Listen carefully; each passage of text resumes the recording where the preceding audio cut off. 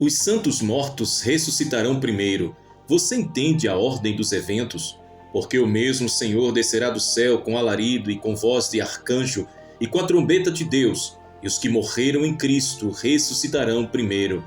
1 Tessalonicenses capítulo 4, versículo 16. Se hoje os céus se rasgassem e a trombeta soasse, você estaria entre os que seriam arrebatados para a glória ou entre os que lamentarão tarde demais, sem compreender a ordem divina dos eventos finais? Vivemos em uma era de distrações, onde os olhos da humanidade estão voltados para o visível, para o material, para o passageiro. Mas a palavra de Deus não cessa de gritar aos quatro cantos do mundo: o fim está próximo, e a ordem dos eventos eternos já foi estabelecida nos altos céus. Esta não é apenas uma mensagem, é um grito de alerta, um brado profético, um chamamento urgente para que os ouvidos espirituais sejam abertos e os olhos do coração iluminados. Muitos falam sobre o fim dos tempos, mas poucos entendem a sequência profética revelada nas Escrituras. A confusão reina, teorias se espalham, mas a verdade permanece inabalável. Os santos mortos ressuscitarão primeiro. Sim, aqueles que morreram em Cristo, os que dormiram na esperança da glória, se levantarão com corpos glorificados, incorruptíveis, à semelhança do Cristo ressurreto. Isso não é fábula, é promessa. Eu quero mergulhar com você profundamente em 1 Tessalonicenses capítulo 4, versículo 16, explorando a ordem escatológica dos eventos finais com base nas Escrituras. Compreenderemos o que significam anastasis, harpazo e parousia. Desvendaremos o caminho dos santos desde a morte até a eternidade gloriosa. E acima de tudo, seremos confrontados com a realidade urgente. Você e eu estamos preparados? A palavra grega anastase significa literalmente levantar-se, erguer-se, ressuscitar. No contexto escatológico, refere-se à primeira ressurreição reservada aos justos. É dela que Paulo fala em 1 Tessalonicenses capítulo 4, versículo 16, e também em 1 Coríntios capítulo 15, versículo 52, quando afirma: "No momento, num abrir e fechar de olhos, ante a última trombeta, os mortos serão ressuscitados incorruptíveis e nós seremos transformados." Não se trata de uma ressurreição qualquer. Esta é a ressurreição dos que morreram em Cristo, aqueles que, mesmo enfrentando dores, perseguições e mortes cruéis, mantiveram a sua fé viva. Esta é a glória prometida aos que se recusaram a se contaminar com este mundo. Imagine um momento: os céus se rasgam, o Filho do Homem aparece com poder e grande glória, a voz do arcanjo ecoa como trovão, e a trombeta de Deus estremece as estruturas da terra. Então os cemitérios serão sacudidos, os corpos dos santos, antes corrompidos pelo tempo, se levantarão com esplendor celestial. É o cumprimento da promessa. Bem-aventurado e santo aquele que tem parte na primeira ressurreição. Apocalipse capítulo 20, versículo 6. A sequência continua com um evento tão glorioso quanto misterioso: o arrebatamento, ou harpazo no grego, que significa ser tomado de forma repentina, arrancado com força. Paulo descreve este momento em 1 Tessalonicenses capítulo 4, versículo 17. "Depois nós, os que ficarmos vivos, seremos arrebatados juntamente com eles nas nuvens, a encontrar o Senhor nos ares." Esse será o momento em que a igreja fiel, ainda viva na terra, será transformada num piscar de olhos. Corpos mortais revestidos de imortalidade, homens e mulheres que guardaram a fé e viveram em santidade, serão elevados da terra, conduzidos para encontrar o Senhor nos ares. Não tocarão o chão do céu ainda, mas estarão com ele acima das nuvens, iniciando um novo ciclo eterno. O arrebatamento é um divisor de águas, é o escape antes da manifestação da ira divina sobre o mundo. É a separação dos que pertencem ao reino dos céus, daqueles que se agarraram ao sistema deste mundo. Aqueles que zombaram, negligenciaram ou ignoraram o chamado, ficarão para enfrentar a escuridão da grande tribulação. Esse será um dia de glória para os preparados, mas de terror e lamento para os que ficarem. Você consegue ouvir o eco dessa pergunta? Você estará entre os que subirão ou entre os que olharão para o céu vazio, percebendo que a oportunidade passou? Após o arrebatamento e o encontro com Cristo nos ares, inicia-se uma nova dimensão escatológica. A palavra parousia significa presença, chegada gloriosa, e é frequentemente usada para descrever a segunda vinda de Jesus, agora não mais para buscar a igreja, mas para reinar e julgar. A parousia será visível, pública, cósmica, todo olho verá. Haverá sinais no céu, na terra e no mar. As nações entrarão em desespero, os ímpios se esconderão nas cavernas e clamarão para que as montanhas caiam sobre eles. Tamanha será a manifestação da glória do Cordeiro. Glória a Deus. Jesus virá como o Rei dos Reis, Senhor dos Senhores, não mais montado num jumentinho, mas sobre um cavalo branco, não com uma coroa de espinhos, mas com muitas coroas reais, não para ser julgado, mas para julgar com justiça. A parousia sela o fim dos reinos humanos e o início do reino milenar de Cristo. Satanás será acorrentado, as nações serão submetidas e Jerusalém será o centro da adoração mundial. Esse é o dia da vitória dos justos, o cumprimento do clamor: venha o teu reino, Senhor. A palavra parousia, que significa literalmente a presença ou vinda, é usada para descrever a chegada majestosa e visível de Jesus. Ela é usada tanto para o arrebatamento quanto para o retorno visível de Cristo à terra. No arrebatamento, Cristo aparece nos ares para a sua noiva. Na segunda fase da parousia, ele pisa na terra, derrota os ímpios e inaugura o milênio. A primeira fase é secreta ao mundo, mas gloriosa para a igreja. A segunda fase é visível a todos e marca o juízo e a vitória final do Rei dos Reis. A parousia é o cumprimento da promessa feita por Jesus. Virei outra vez e vos levarei para mim mesmo. João capítulo 14, versículo 3. A presença dele será irresistível, gloriosa, santa. Nenhuma força demoníaca poderá resistir. Logo após o arrebatamento, os santos comparecerão ao tribunal de Cristo, descrito em 2 Coríntios capítulo 5, versículo 10, e Romanos capítulo 14, versículos do 10 ao 12. Este não é um julgamento para condenação, mas para galardão. Cada salvo prestará contas de suas obras, palavras, intenções e fidelidade. O fogo provará qual seja a obra de cada um. 1 Coríntios capítulo 3, versículo 13. Aqueles que edificaram sobre o fundamento com ouro, prata e pedras preciosas receberão coroas, mas os que construíram com madeira, feno e palha verão suas obras queimadas. Neste julgamento, a coroa da justiça será dada aos que amaram a vinda de Cristo. 2 Timóteo capítulo 4, versículo 8. A coroa da vida será dada aos fiéis que perseveraram nas tribulações. Apocalipse capítulo 2, versículo 10. A coroa incorruptível aos que viveram uma vida disciplinada. 1 Coríntios capítulo 9, versículo 25. A coroa de glória aos pastores e líderes fiéis. 1 Pedro capítulo 5, versículo 4. A coroa de exultação àqueles que ganharam almas. 1 Tessalonicenses capítulo 2, versículo 19. Esse é um momento de honra, mas também de temor. Muitos crentes têm vivido uma fé superficial, sem frutos, e lamentarão não terem feito mais pelo reino. Enquanto os santos estiverem nos céus com Cristo, a terra passará por um período sem precedentes de dor e juízo, a grande tribulação. Jesus disse que haverá então grande aflição, como nunca houve desde o princípio do mundo até agora, nem tampouco haverá jamais. Mateus capítulo 24, versículo 21. Esse tempo será marcado por o governo mundial do anticristo, a imposição da marca da besta, Apocalipse capítulo 13, a perseguição brutal aos que se recusarem a adorar a imagem do anticristo, o derramamento das 7 taças da ira de Deus, Apocalipse capítulo 16, a falsa paz seguida por guerras, pestes e fomes, o engano espiritual global. Será um tempo de julgamento sobre os ímpios e de purificação para os judeus e os que se converterem nesse período,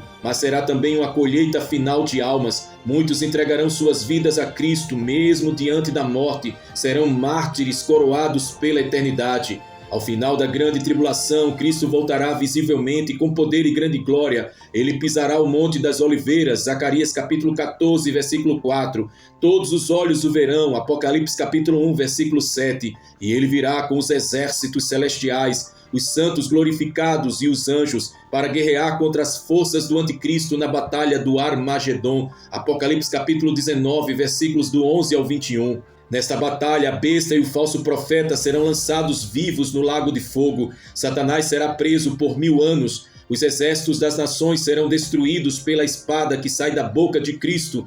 O mundo verá que o Cordeiro é também o leão. O que foi crucificado agora é coroado. O mundo zombou dele, mas agora treme diante dele. Aleluia! Com Satanás preso, Jesus reinará na terra por 1000 anos. Apocalipse capítulo 20, versículos do 1 ao 6. Este será o reino milenar de Cristo, um período literal de governo messiânico, onde a justiça, a paz e a santidade reinarão. Jerusalém será o centro do governo, os santos reinarão com Cristo, as nações subirão para adorar ao Senhor, a criação será restaurada, o lobo habitará com o cordeiro, não haverá guerras, fome ou opressão. Será um tempo de cumprimento das promessas feitas a Israel e aos profetas, um tempo onde Cristo demonstrará como deveria ser o mundo sob o seu governo, um prelúdio da eternidade. Após o milênio, Satanás será solto por um pouco de tempo e enganará as nações novamente, mas será derrotado e lançado no lago de fogo para sempre. Apocalipse capítulo 20, versículo 10.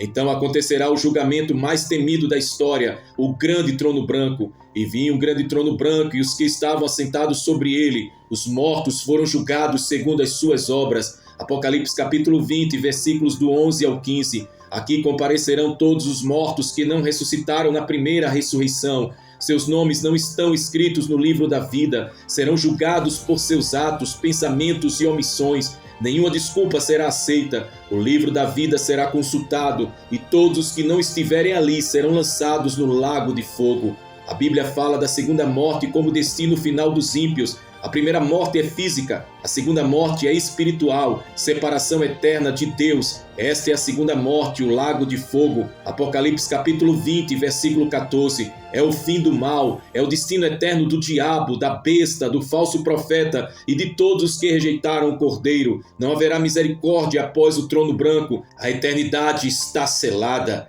A história da redenção culmina com a descida da Nova Jerusalém, a cidade celestial preparada para a noiva. Apocalipse capítulo 21. João a viu adornada como uma noiva para o seu esposo. É o cumprimento de João capítulo 14, versículo 2. Na casa de meu pai há muitas moradas. Vou preparar-vos lugar. Nessa cidade não haverá morte, dor, pranto ou clamor. A luz virá do Cordeiro. As nações andarão à sua luz. A glória de Deus encherá tudo. Os santos habitarão com Deus eternamente. Eles verão seu rosto, terão seu nome em suas testas, servirão ao Senhor com alegria incessante. A eternidade não será entediante, será gloriosa, dinâmica, repleta de adoração, propósito e revelação.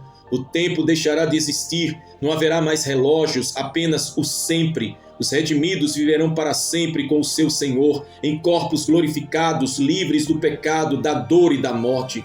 E assim estaremos para sempre com o Senhor. 1 Tessalonicenses capítulo 4, versículo 17. Essa promessa deve incendiar o nosso coração, nos motivar a viver em santidade, a buscar a Deus com todas as forças, a evangelizar, a esperar com fé e vigilância, a deixar este mundo e suas vaidades. Nada aqui se compara ao que está por vir.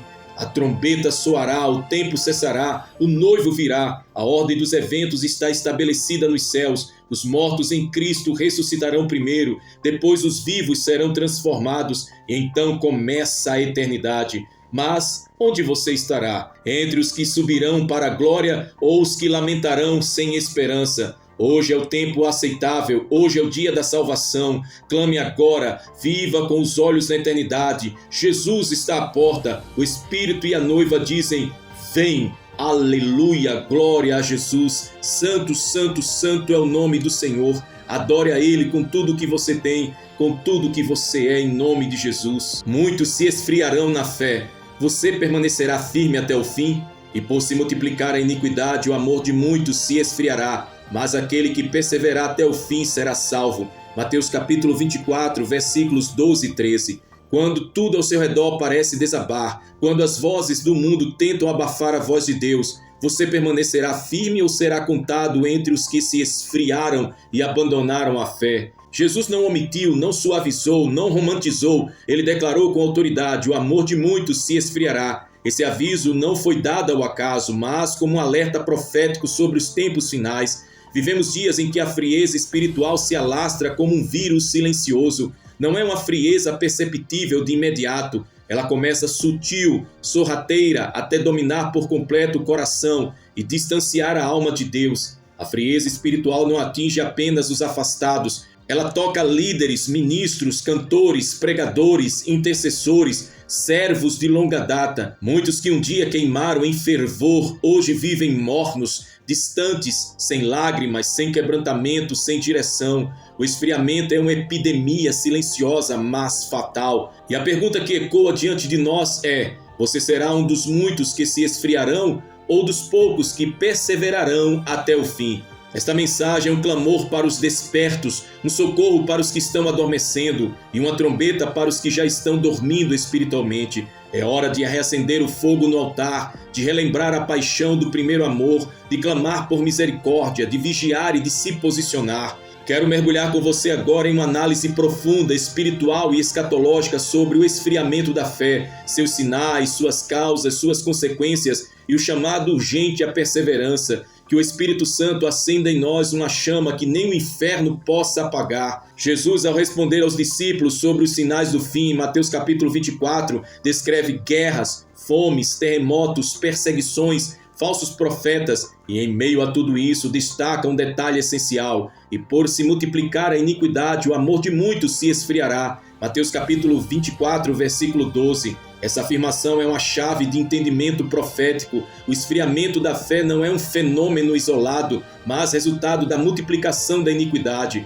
Quando o pecado deixa de causar tristeza e passa a ser normalizado, o amor pelo santo começa a desaparecer, a consciência vai sendo cauterizada, a sensibilidade espiritual se apaga e a comunhão com Deus se torna apenas um hábito vazio. Estamos vendo isso acontecer agora. A cultura moderna glorifica o pecado, zomba da santidade, exalta o relativismo e ridiculariza a Bíblia. A imoralidade é exaltada nas redes sociais, nos entretenimentos, até em púlpitos corrompidos. Muitos estão sendo vencidos, engolidos e moldados por essa cultura. O esfriamento da fé é o prelúdio do abandono da fé. Primeiro o fogo se apaga, depois o altar é desmontado. O esfriamento espiritual não acontece de uma vez, ele é gradual, quase imperceptível no início, como o gelo que se forma gota a gota. O coração vai sendo endurecido, a mente vai se distanciando da verdade, o espírito vai se tornando insensível à voz de Deus. Por isso precisamos discernir os sinais, tanto na vida pessoal quanto no corpo da igreja. Primeiro, falta de prazer na oração. Aquele que está esfriando começa a ver a oração como uma obrigação pesada e não como um encontro de amor com o Pai. O joelho se torna pesado, a mente dispersa e a chama se apaga. Segundo, desinteresse pela palavra. A Bíblia, que antes era alimento diário, agora é ignorada. O crente frio troca a escritura por vídeos, séries, redes sociais. Ele até escuta pregadores, mas não busca a revelação pessoal. Torna-se ouvinte de muitos, mas discípulo de ninguém. Terceiro, distanciamento da comunhão. Um dos primeiros sinais do esfriamento é o afastamento dos irmãos. Quem está esfriando começa a se isolar, evita os cultos, resiste a conselhos e justifica suas ausências com argumentos humanos. Mas a verdade é que o fogo se apaga fora da fogueira. Quarto, tolerância com o pecado. O coração que antes se quebrantava agora se justifica. O pecado que é minimizado, relativizado e escondido. A santidade cede lugar à conveniência e o que era abominável aos olhos do crente agora se torna aceitável e até praticado. Quinto, perda da sensibilidade espiritual. O crente frio já não sente mais a presença de Deus. Pode estar num culto cheio da glória, mas continua apático, não se emociona, não chora, não reage. Seu espírito está entorpecido. Sinais na igreja como corpo. Primeiro, cultos sem fervor, a liturgia, a estrutura, a música, mas falta fogo, falta unção genuína, falta quebrantamento, falta arrependimento. As pessoas saem como entraram, não há transformação. Segundo, púlpitos diluídos. A pregação da cruz, do pecado, do arrependimento e da volta de Jesus vai sendo trocada por discursos motivacionais, psicologizados, centrados no homem. A palavra perde o poder de confrontar e se torna apenas entretenimento religioso. Terceiro, louvor com sensualidade e vaidade. Em muitas igrejas, o louvor já não é mais ministério, é performance. O que deveria ser adoração se tornou show. A aparência, o figurino, os acordes, tudo é pensado para agradar aos homens e não mais a Deus. Quarto, prioridade aos eventos e não à presença. A agenda está cheia, os calendários lotados, mas o altar está vazio. Há movimento, mas não há direção. A atividade sem intimidade gera esterilidade espiritual. E quinto, falta de frutos espirituais. Igrejas frias se tornam clubes sociais. Há ajuntamento, mas não há conversões genuínas. Há membros, mas poucos discípulos. O evangelho deixa de ser uma mensagem de salvação e se torna uma marca institucional. Misericórdia, meu Deus. Tem misericórdia do teu povo neste tempo, Senhor. Causas do esfriamento que está enfraquecendo a fé de muitos. O esfriamento espiritual não surge do nada. Ele é o resultado de uma série de fatores internos e externos que agem como vento gelado sobre a chama do coração. Se quisermos vencer esse mal dos últimos dias, precisamos identificar as causas que estão apagando a fé de tantos. Precisamos diagnosticar para tratar. Precisamos discernir para resistir à multiplicação da iniquidade. Jesus foi direto, e por se multiplicar a iniquidade, o amor de muitos se esfriará. Mateus capítulo 24, versículo 12. A iniquidade é o pecado institucionalizado, normalizado, publicamente aceito. É o pecado que se multiplica e contamina tudo. Onde a iniquidade cresce, o amor esfria. Onde a imoralidade é exaltada, a presença de Deus se retira. Vivemos uma geração que já não se envergonha do pecado. Ao contrário, orgulha-se dele. Distorção do evangelho. Muitos têm sido alimentados com um evangelho diluído, centrado no bem-estar, sem cruz, sem renúncia, sem arrependimento. Esse evangelho cria crentes frágeis, sem raízes, sem compromisso. Eles aceitam Jesus como Salvador, mas não como Senhor. Estão na igreja, mas não estão em Cristo. Quando vêm as provas, se escandalizam. Quando são confrontados, se ofendem. Quando são perseguidos, desistem. Feridas na alma não tratadas. Muitos estão se afastando de Deus por traumas, decepções e feridas que nunca foram curadas. Foram feridos por líderes, por irmãos, pela vida. Ao invés de buscar cura, se isolaram. Ao invés de perdoar, alimentaram a mágoa. E pouco a pouco foram se distanciando da presença de Deus. A amargura é uma das raízes mais perigosas do esfriamento espiritual. Falta de vida de oração. A oração é a fornalha onde o coração se mantém aquecido. Um crente que não ora está espiritualmente desnutrido e vulnerável. Muitos começaram bem, mas com o tempo deixaram de buscar a Deus em secreto. Estão ocupados demais, distraídos demais, cansados demais. O inimigo aproveita para apagar o fogo que resta. Infiltração do espírito do mundo. O mundanismo tem invadido o altar, os corações e até mesmo a teologia. O espírito do mundo sussurra que não tem nada a ver, que Deus entende, que é só um exagero dos radicais. Aos poucos o santo é confundido com o profano. A fronteira entre a luz e as trevas se torna nebulosa e onde o mundo entra, o Espírito Santo se retira. Falta de temor a Deus. O temor do Senhor é o início da sabedoria. Onde não há temor, reina o pecado. Muitos já não temem entristecer o Espírito, já não se constrangem diante do altar, já não se quebrantam diante da palavra. Sem temor não há arrependimento, e sem arrependimento o coração se torna frio como pedra. Entrega às pressões do tempo do fim. Vivemos dias de pressão espiritual intensa. A perseguição é sutil, mas constante. A distração é permanente. As tentações são numerosas. Muitos estão cansados, sobrecarregados, confusos. A pressão do tempo do fim está sugando as forças dos santos. E quem não estiver cheio do Espírito Santo será tragado pelo sistema. Glória a Jesus, tem misericórdia, Senhor, do teu povo. Aviva o teu povo, aviva a tua igreja no meio desta geração, Senhor. Faça comigo neste momento, meu irmão, uma oração de quebrantamento, de volta ao primeiro amor. Precisamos declarar a volta ao primeiro amor. Senhor, nosso Deus e nosso Pai, Tu que sondas os corações e conheces as profundezas da alma, nós nos colocamos agora diante da Tua presença santa com temor, reverência e quebrantamento. Não viemos com palavras rebuscadas, nem com máscaras religiosas. Viemos com o coração nu, rasgado, ferido e cansado de viver à margem do Teu amor. Viemos como filhos que se perderam pelo caminho, mas que agora sentem o chamado urgente do Teu Espírito, chamando: volta. Deus eterno, reconhecemos que em muitos momentos deixamos que o mundo nos distraísse, o barulho das redes, as preocupações do cotidiano, os aplausos dos homens, os prazeres passageiros, tudo isso abafou o som da tua voz, perdemos o brilho nos olhos, o fervor nas orações, a alegria da salvação, esfriamos, Senhor, mas hoje clamamos, restaura-nos. Pai, visita agora cada coração que ouviu esta mensagem. Vai aos desertos espirituais, as almas que já não choram mais na Tua presença.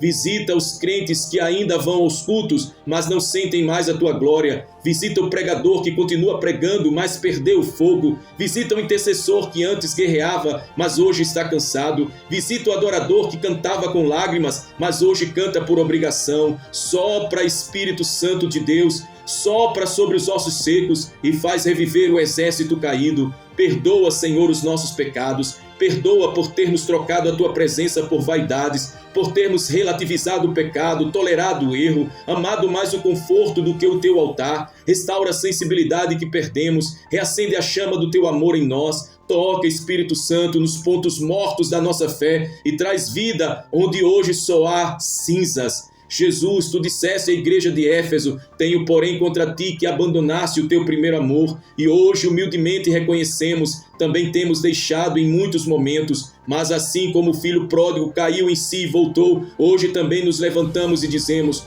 Pai, pequei contra o céu e diante de ti, já não sou digno, mas quero voltar. Senhor, levanta teus filhos novamente, levanta os caídos, levanta os que pensaram em desistir, levanta os que se afastaram e que agora estão ouvindo essa mensagem chorando em silêncio, que eles não desprezem a tua palavra, que os seus corações se quebrantem, ó Deus, envolve-os com teu abraço, derrama o óleo fresco, dá novas vestes, renova os votos, restaura a aliança, traz-nos de volta para o centro da Tua vontade, que cada vida que ouviu essa palavra seja marcada pelo Teu toque agora, que onde havia frieza, venha calor do céu, onde havia apatia, venha fogo santo, onde havia desânimo, venha o renovo, onde havia pecado, venha o arrependimento genuíno, e que cada um que ora agora conosco possa dizer com lágrimas: Senhor, eu Te amo e eu quero voltar. Dai-nos, Senhor, fome da Tua palavra, dai-nos prazer na oração, dai-nos temor santo, dai-nos paixão pela Tua presença e que sejamos achados fiéis até o fim. Não permitas que sejamos engolidos por esse século presente. Guarda-nos do esfriamento, da apostasia, da mornidão. Que o fogo do Teu Espírito nos consuma e nos leve a viver em santidade até o dia da Tua vinda. Em o nome de Jesus eu Te oro, Te louvo e Te agradeço, meu Pai de amor. Amém, amém e amém, Senhor. Agora, como um ato profético, se você foi impactado por essa mensagem, eu quero te convidar a fazer algo poderoso. Escreva nos comentários abaixo uma declaração de fé e convicção, conforme aquilo que o Espírito Santo ministrou ao seu coração. Declare com a sua boca e escreva com convicção no Espírito. Declare: eu permanecerei firme até o fim, custe o que custar. Declare: o fogo do Espírito Santo está sendo reacendido em mim hoje. Não serei contado entre os que se esfriam, mas entre os que perseveram. Declare: Jesus, reacende em mim o primeiro amor. Declare também: eu rejeito o esfriamento e abraço a santidade. E declare com toda autoridade e fé: a minha fé não será vencida pelo mundo. Eu sou de Cristo. Escreva estas frases abaixo ou deixe a sua própria, inspirada pelo Espírito Santo, no espaço dos comentários abaixo. E se você foi edificado por essa palavra profética, faça parte desse mover. Inscreva-se agora aqui no nosso canal à volta. Ative o sininho de notificações para não perder nenhuma mensagem poderosa. Compartilhe esse vídeo com pelo menos 7 pessoas. Seja um instrumento de avivamento na vida de outros. Juntos vamos manter a chama acesa e proclamar que Jesus está voltando. E agora receba a bênção apostólica sobre a sua vida, sobre o seu lar, sobre a sua casa, sobre a sua família. E o meu Deus de paz vos santifique em tudo, e todo o vosso espírito e alma e corpo sejam plenamente conservados irrepreensíveis para a vinda de nosso Senhor Jesus Cristo, fiel que vos chama, o qual também o fará. Que a graça do Senhor Jesus Cristo, o amor de Deus Pai e a comunhão do Espírito Santo sejam com todos vós, agora e para todo sempre, e até a volta gloriosa do nosso Rei Jesus. Amém. Permaneça firme, aviva a sua fé, o tempo é agora. Que Deus te abençoe.